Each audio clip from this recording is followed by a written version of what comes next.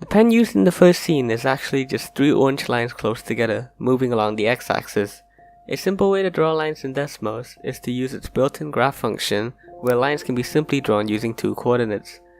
Each value can also be replaced with an equation, such in this case, 0 plus 0.62 moves the top of each line by 0.62 units to the right, so the pen looks sideways.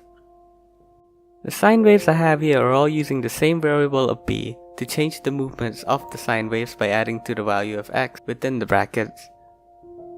Each equation is the same and only the y values have been modified to change the position.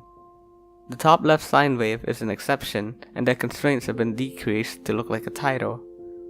The negative 0.1 changes the amplitude of the wave and the 5 in front of the x changes its wavelength. The majority of work put into this project has to do with simple equations and constraints.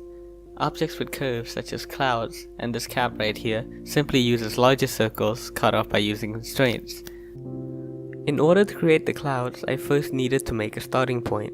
The entire cloud has been made with 4 different circles and a single line. The clouds only move along the x-axis and therefore that's the only value that needs to be modified. For the first circle, x minus c centers the circle to whatever the value of c is at the current time. In this case, it's negative 9. Other circles are then based on this starting circle. Adding negative 1.75 moves the new circle to the right by 1.75 units. For the circles which have constraints on the x-axis, the value of them have also been changed. This can be seen on the line used at the bottom of the cloud, in which the x constraints are modified until they match the rest of the image. The same method has been used to move the ship around. The variable behind the brackets can also be changed to control the width and height of the circle independently based on whether x or y is being modified. Coloring the shapes can be a bit of a hassle, as Desmos only provides 6 different colors, and making larger complex shapes requires individual shading of each part. In case of these clouds, all the circles are using inequalities to shade in their respective spaces. The empty rectangle in the middle of the cloud can be easily fixed by simply using an inequality and defining constraints for both x and y values.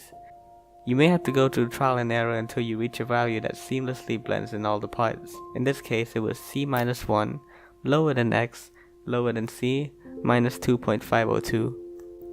Lastly, the flat uses 2 sine waves at a moving line to simulate cloth being blown by wind. The y location of the waves differ, but the rest are identical.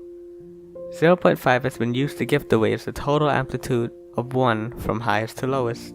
Sometimes, these equations require a lot of experimentation, and this uses identical equations to the sine waves as its constraints, so the y-axis always changes depending on the y value of the sine waves themselves. More complex shapes required me to use the graph function to draw lines, which saved a lot of time. A shape can be easily created by adding to the graph, as the next line made is connected to the previous coordinate set.